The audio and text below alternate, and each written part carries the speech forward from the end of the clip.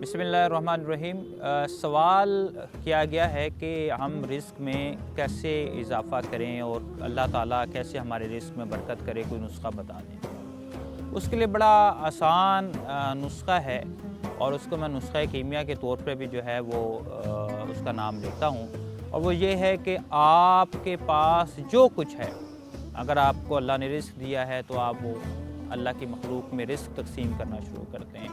अल्लाह ने आपको कोई मुकाम, कोई इज़्ज़त दी है तो आप लोगों को इज़्ज़त देना शुरू कर दें। और जहाँ तक मामला है रिज़्क़ का, तो मैं समझता हूँ कि आप किसी एक बंदे की रोटी, एक वक्त की रोटी अपने ज़िम्मे ले लें और फिर देखें कि कैसे कुदरत जो है वो गैब से, वो एक गैबी तरीके से जो है, खुफिया तरीके से आपके रिज़्क़ में इजाफ़ा होता है, और आप ख़ुद हैरान और परेशान हो जाएंगे कि यार मेरी आमदनी वही है, लेकिन उस आमदनी के अंदर अल्लाह ताला ने जो है वो बरकत डाल दी है। बेसिकली जो राज़िक़ है वो अल्लाह है, और जब आप राज़िक़ वाली सिफ़त इख्तियार कर लेते हैं, खुदा वाली, रब वाली सिफ़त इख्तियार कर लेते हैं, तो फिर इंशाअल्लाह अज़ीज़